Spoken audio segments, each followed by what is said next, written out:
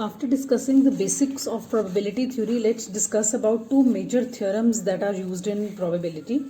And these theorems are also known as methodology for calculating the probability. So now in case of probability, we have two theorems.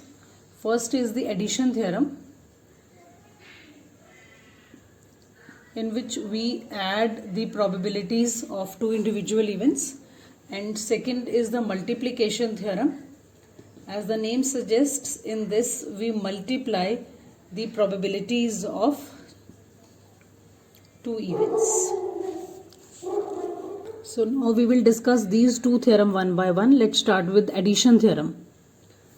Now the first question is when to apply this addition theorem. So in the questions you will have to check that if the question deals with or, such words are there in the question, either or, it means either first event can happen or the second event can happen. So if you see such questions in the such words in the question are appearing, or you can make out that the question is depicting this word or, may not be directly but indirectly. So these two words are very important in addition theorem. So here you will simply apply the formula for addition theorem, and that formula will be depending upon the nature of your events. So here in these questions you will come across two types of events. First case is when the events are mutually exclusive. Now what are the mutually exclusive events? So mutually exclusive events are the events, the probability of occurring either first event or the second event. It means these two events are individual events. For example, we have two events, event A and event B. So these are mutually exclusive, as there is nothing common in these two events. But if the events are mutually inclusive in the sense that there are two events and they have something in common, so that is known as mutually inclusive events. So it will be depicted like this. So this is event A, this is event B, so there is some common portion. So depending upon the nature of the events, we will change our addition theorem formula. So if the events are mutually exclusive events, it means two events are very independent and there is nothing common in that. In that case, we apply this formula for addition theorem. PA or B is equals to PA plus PB.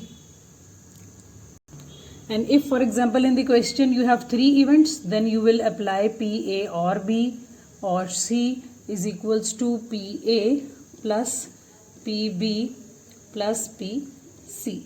So depending upon the number of events, this formula can be further extended till DE.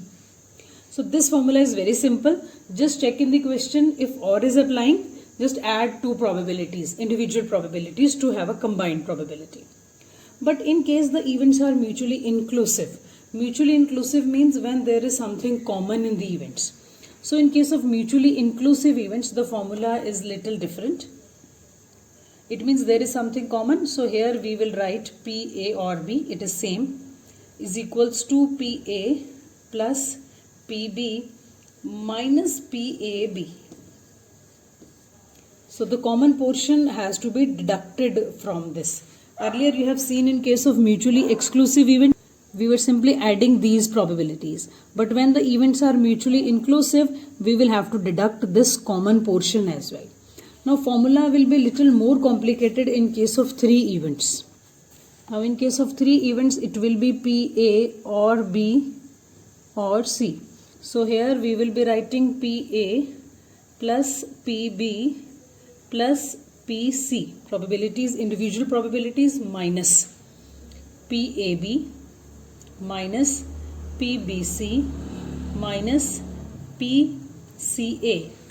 So all the combined probabilities have been reduced, but here you will have to add PABC because that common portions we have already deducted. So that portion that is combined with ABC, that has to be added again. So it will be applicable only in case when C is occurring. Now I will show you the practical questions, then you will come to know that how the exclusive and inclusive events are dealt with. Now I am starting with the introduction or basics of the addition theorem. Now here in this question it is given that a card is drawn from a standard pack of cards and we have to find the probability it's a king or a queen. Now first of all, looking at the question, I can see this or word. I have to find the probability of a king or a queen. Here it can be written either a king or a queen. So or word is there. So it is very much clear to me that addition theorem is going to apply in this question. Now after being confident that here addition theorem is going to apply, now I will check whether the events are mutually inclusive or events are mutually exclusive. So we have to find two probabilities, either a king or a queen. So now we have to just think whether king and queen can come on a single card simultaneously. So you all would have seen a standard pack of cards. You all know that king and queen can never be together on one card. So it means the events are mutually exclusive. If king and queen would have been possible to come on single card, I would have written the events are mutually inclusive. So if I say that their probability that it's a king or a red card, so red card can be a king, so there the events would have been mutually inclusive events. So now we are clear that in this question the or is there, so addition theorem will be applying, and exclusive events are there, so formula for exclusive events will be applicable. So now we can start with these two. These are the two events. So probability of getting a king and probability of getting a queen. So we have PA and PB. So we will start with the probability of getting a king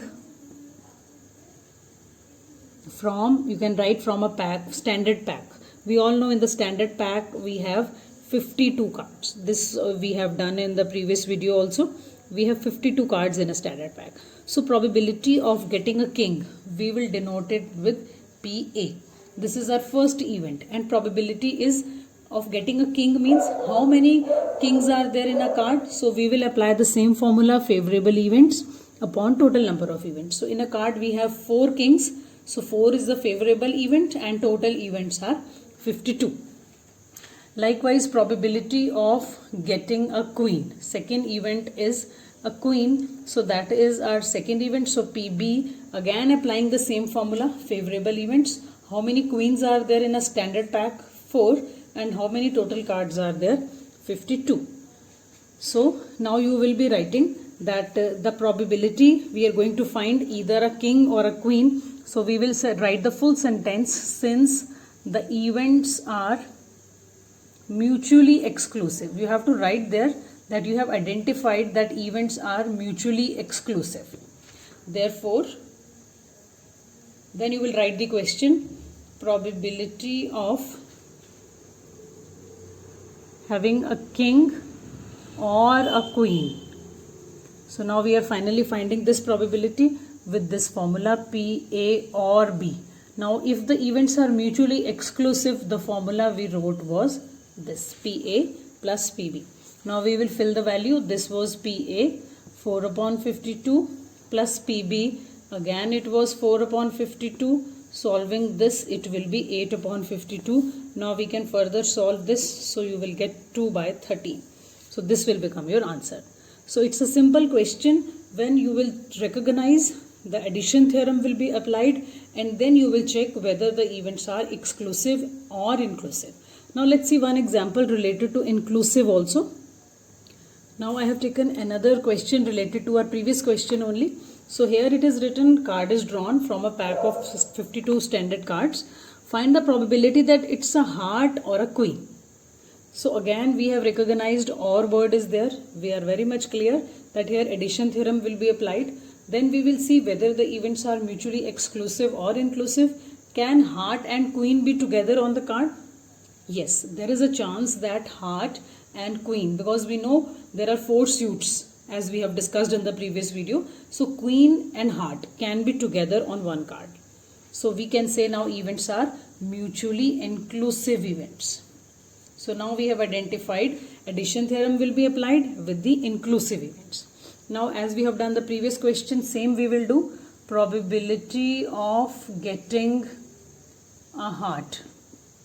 When we draw one card, so probability of getting a heart, you can full write the line, probability of getting a heart from a standard pack of 52 cards.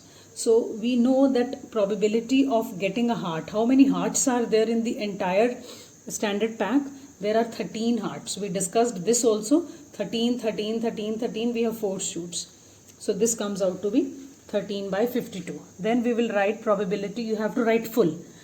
Getting a queen, because second event is a queen. So we will write PB, probability of getting a queen. Again, how many queens are there? There are 4 queens in a standard pack of 52. Again, the same formula. Favorable events upon total events. Favorable events upon total events. Basics are going to be same. Now we will write here, since events are mutually inclusive, therefore, then we will write the question, probability of getting heart or a queen. Exactly, we will write what is written in the question. So now we will write the formula P, A or B, because this is addition theorem. But now the formula is going to change, as we have seen the events are mutually inclusive. As 2 events are there, so first formula. Generally you will see in the questions this formula only will be applied. Now let's put the values. 13 upon 52 plus PB is 4 upon 52. Now we have to find PAB. What is PAB? PAB means where A and B both are there. What was A? Heart and queen. So how many cards are there in a standard pack on which heart and queen comes together? So we all know there is only one card where queen will also be there and heart will also be there. So probability of getting them common is 1 upon 52. So there is one card on which A and B both will be there. As we discussed, these were the inclusive events.